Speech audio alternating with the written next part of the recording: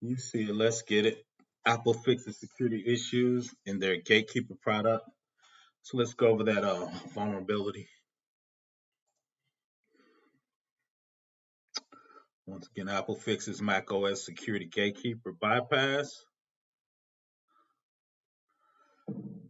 How does Gatekeeper work? An overview. You see the quarantine attribute added. So when the attribute of your uploaded file gets hit, there's a signature on there to make sure that that's a valid app. Then if you look over to step 2, allows app to download from the Apple Mac Store, Mac Apple Store, and identify developer or anywhere. So you tell it that you want to certify by the Mac Store. That's step 3. Malware.app can be opened because it is from an unidentified developer. So there's signatures and hashes on here to make sure it's from an approved source of Apple before you can download it, right? So that's what Gatekeeper does. Gatekeeper theory of Apple marketing protects native OS users from attacks. Oh my God, my Mac is so secure it doesn't need AV. It's antivirus protection. Uh, Unfortunate, the reality is protect native OS from lame attackers and false sense of security. The patch fails, all right, then it becomes downloaded. So security professionals believe you still need a third party antivirus protection on it. So let's get down into the actual hack. Apple has addressed the macOS vulnerability that unsigned and unnotarized script based apps could exploit to bypass our macOS security protection mechanisms, even on a fully patched system. So if it's fully patched, once we see Gatekeeper, it's supposed to check the signature to see if it's from a Mac approved source. They circumvent the automated notarization security check, which scans for malicious components and code signing issues. The application are allowed to launch by Gatekeeper, and the macOS security features designed to verify if the download apps are notarized and developers sign.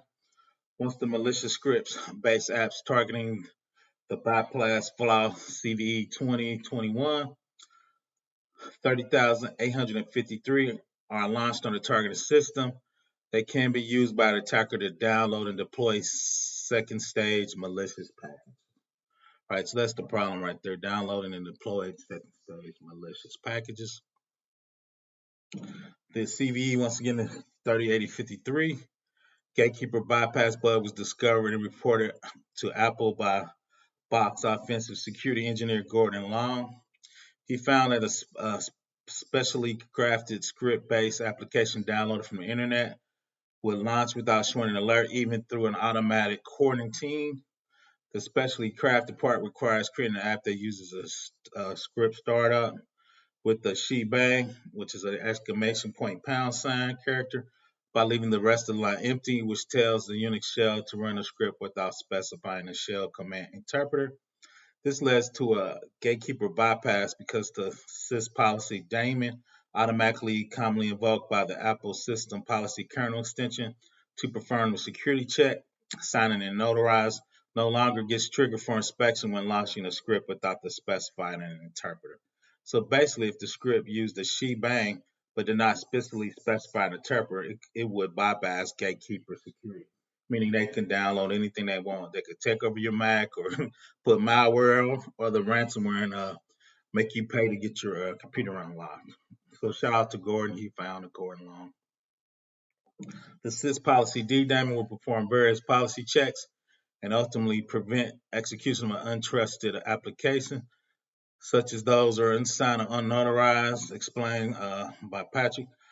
But what if this security policy kept decides that the policy daemon does not need to be invoked? Well, then the process is allowed, and if this decision is made incorrectly, well, then you have a lovely file quarantine, gatekeeper, and notarization bypass, as revealed by Waddle threat actor. This flaw by tricking the target into opening a malicious app that can be camouflaged by a benign looking PDF document. So they're doing the same thing just with a PDF document.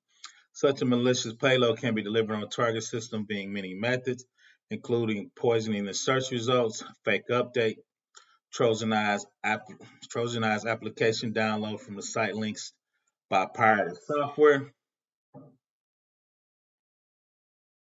So this is it with the pirated Trojan software. If you look at it, it was a fake update. Once again, using Adobe PDF. If you look at the list of events, it's got the application Mac. It's got the Adobe Photoshop and Parallel. Then if you look at the Google source, that's an infected link, right? So when the user clicks on the effective link, it gets a downloaded payload. Once again, it's got the shebang, so it skips all the notarization and the scanning of the application. So once again, that's how you get your Mac hack. But if you do the updates and the patches came out, I believe, in September, October range for this particular flaw. Usually, when the security professional finds it, they give them a certain time to fix that vulnerability before they so they can get it patched before they let everybody know what the vulnerability is. Because if you let everybody know without patching, right, you're gonna have nation states and organized crime infecting everybody's PC. And Mac's a great operating system. So once again, that was just a short video. Apple fixes macOS security gatekeeper bypass. Number one thing is make sure you keep your Macs patched for any vulnerability, so you won't have any issues with your Mac. Once again, Professor Black Ops, Cybersecurity for the People. Please subscribe.